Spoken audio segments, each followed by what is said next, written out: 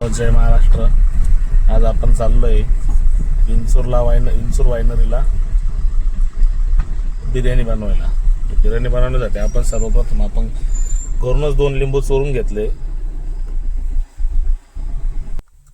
घरच्यांनी पाहिलेतले तुडवतील, त्याच्यामुळे ते एकदम घाईघाईत आणि लपून छपून घेऊन येऊ राहिले.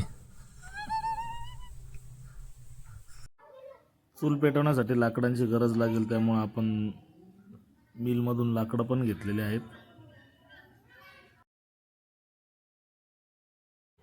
आता आपण आलोय किराणा करायला. तांदूळ, मिरची, मसाला आणि सर्वच काही घेऊ. चिकन तर आपण पहिलेपासूनच घेतलेलं आहे, त्यामुळे चिकनचं काही टेन्शन नाही आहे. आता जवळजवळ सर्व किराणा झालेलाच आहे, त्यामुळे आता आपण डोंगराच्या दिशेने, वायनरीच्या दिशेने रवाना झालो. वायनरीला आपण पोचलोय मित्रांनो.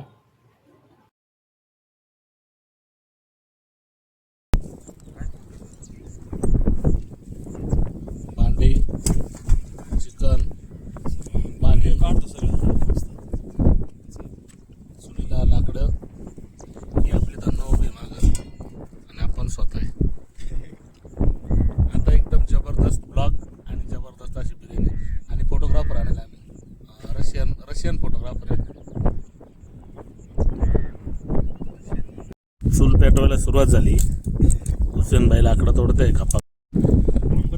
लाकडं पेटवण्याचा प्रयत्न चालू आहे, वारं खूप वेगाने आणि जे वारं आहे ते आपलंच आहे, त्याच्यामुळं लाकडं पेटतील.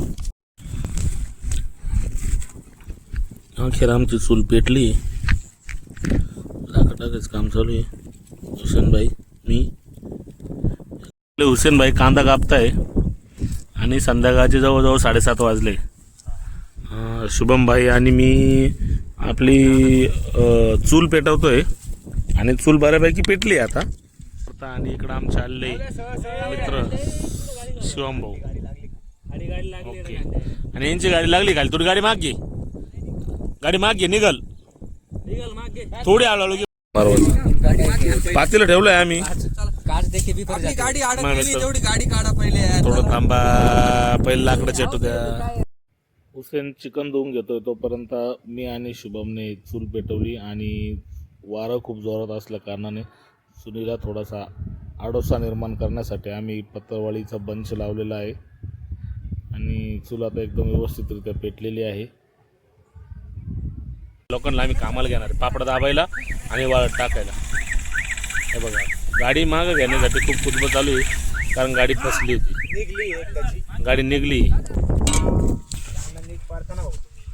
कांदा परतू राहिला, पण हे कोणी काय काय शेगडी आईले का करे काळ्या शेगडी बंद करून गेला यार. ते मीच पाहिलं यार. नाही रे, थांब 2 मिनिटं.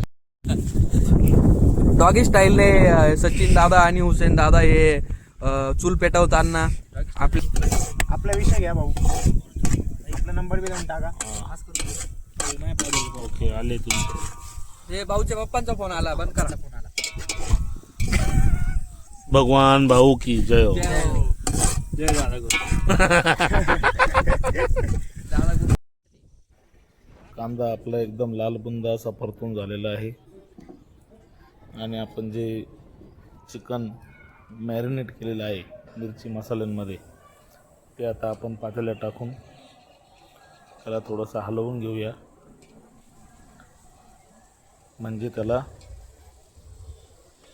कांद्याची थोडीशी टेस्ट येईल आणि खडे मसाल्यांची थोडीशी टेस्ट येईल.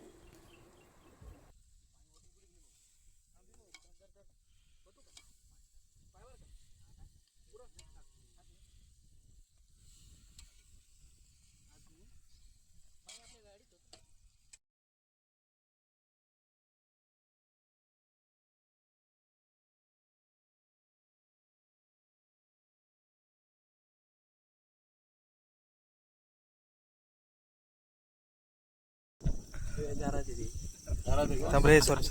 दादा तो बोल, स्पीकर फोन ऑफ करे. सरसों का तेल, चल सरसों का तेल, सरसों का तेल, सरसों का साग, तेल देंगे. टॉर्च सांगू, टॉर्च असं मजा आहे म्हणा. Direct 3 kilo.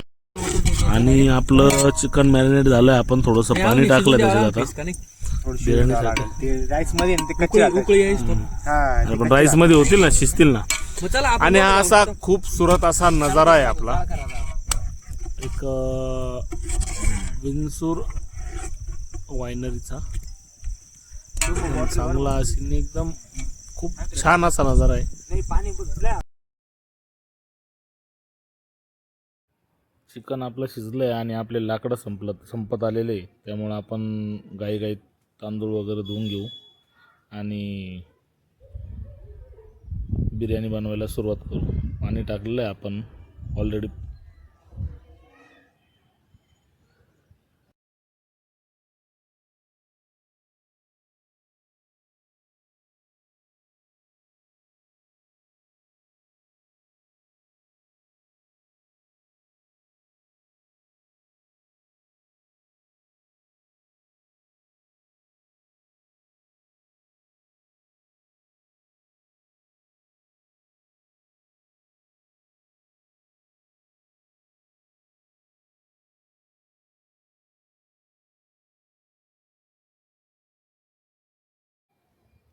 चिकनमध्ये मीठ मिरची मसाले बरोबर आहे का नाही आपण टेस्ट करून घेऊया एकदा,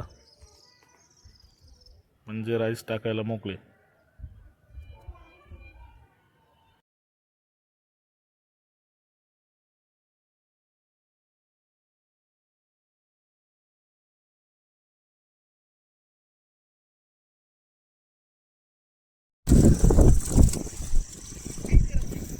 बिर्याणी बनवायला सुरुवात झाली.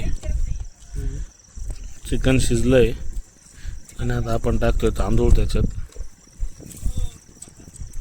आपला ब्लॉग सक्सेस होईल का नाही माहीत नाही, पण आपले प्रयत्न एकदम जबरी आहे. जे होईल ते होईल. पण मग आपला ब्लॉग बनवायचा आहे, आपण बनवतोय काही भिऊ.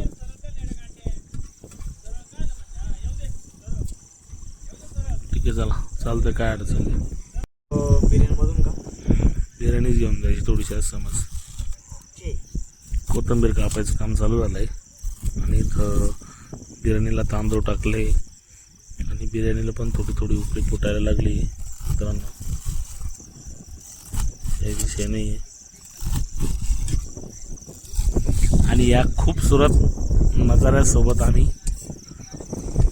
बिर्याणीचा आस्वाद घेणार आहे आणि खूप मजा येते. खूप म्हणजे लॉट्स ऑफ मजा आहे.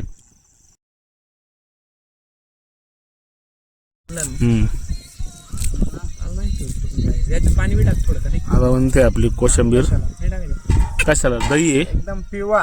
काकडी आहे, कांदा आहे, कोथिंबीर आहे, एकदम जबरी आहे. इकडं फायनली आपली बिर्याणी झाली आणि आपण जेवायला बसलोय. आणि स्टिंग विथ बिर्याणी असा आपला आजचा प्रोग्राम आहे.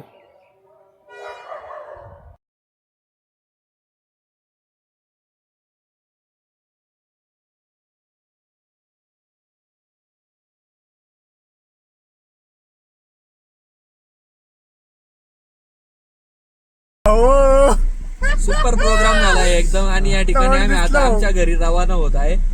तरी धन्यवाद, असंच आम्हाला सपोर्ट करा. धन्यवाद. हुसेन, काय प्रतिक्रिया आहे? भाऊ काहीच नाही भाऊ, एक नंबर बिर्याणी झाली. भाऊनी बनवली, कशी आली तुम्ही सांगा आता. नाही, बिर्याणी एक नंबर झाली आणि प्रोग्राम पण एक नंबर झाला जेवणाचा. मग आउटडोर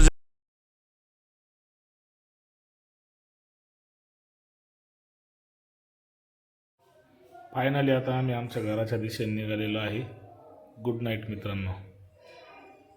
ब्लॉग कसा वाटला नक्की कळवा.